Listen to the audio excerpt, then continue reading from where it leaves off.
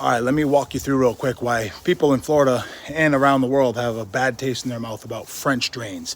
Let me show you what we run into on every single job here in Florida. Take a peek. So you got two nice houses built up. One's usually higher than the other. And then you have this swale that goes through the middle that's supposed to collect water. People get their downspouts tied in, and the contractor usually sells that as a French drain. But we know that's just a gutter downspout. Buried downspout system.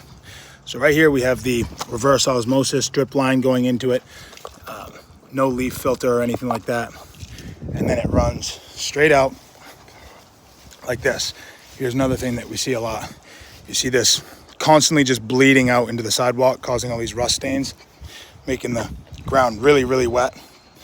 And then if you notice, this goes downhill, but actually that goes back uphill. And what they did was they ran the pipe underneath and then uphill, and then they're discharging the water with a catch basin.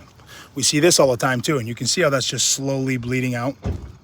This should have been moved over there, and you can see that it comes downhill, and then they could have continued downhill if they put it right there. So we're going to convert that to a pop-up emitter, French Drain Man, and we're going to get rid of this, and that's going to relieve a lot of that, because what's happening is the water's coming down, and when the rain's over, it just backs up and starts bleeding out of this fitting, because I'm sure there's a fitting there. It's probably PVC. We're going to find out later.